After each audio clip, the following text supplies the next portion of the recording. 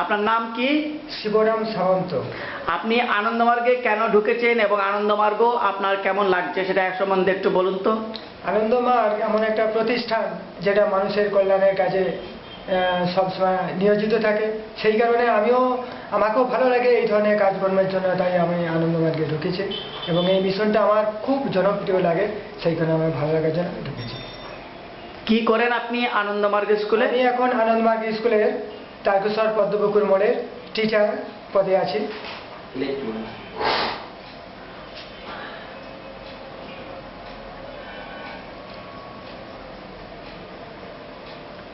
কবে ঢুকেছেন স্কুলে? আমি আনন্দমার্গ স্কুলে 2009 সালে ডিসেম্বরে ঢুকেছি।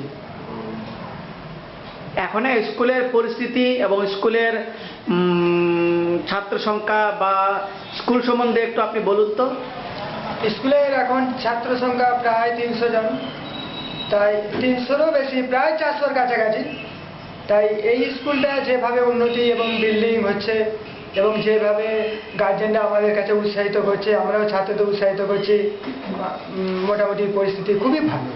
এবং এই ধরনের স্কুল দেখা যাচ্ছে সারা পশ্চিমবাংলা নয়, পৃথিবীর বুকে যেভাবে গড়ে উঠছে সেটা খুবই ভালো। আগামী দিনে আরও এই প্রতিষ্ঠান উন্নতি করবে এই আশা রেখে আমিও সেই রকম কাজকর্ম চালিয়ে যাব এই মিশনের মধ্য থেকে। Thank you.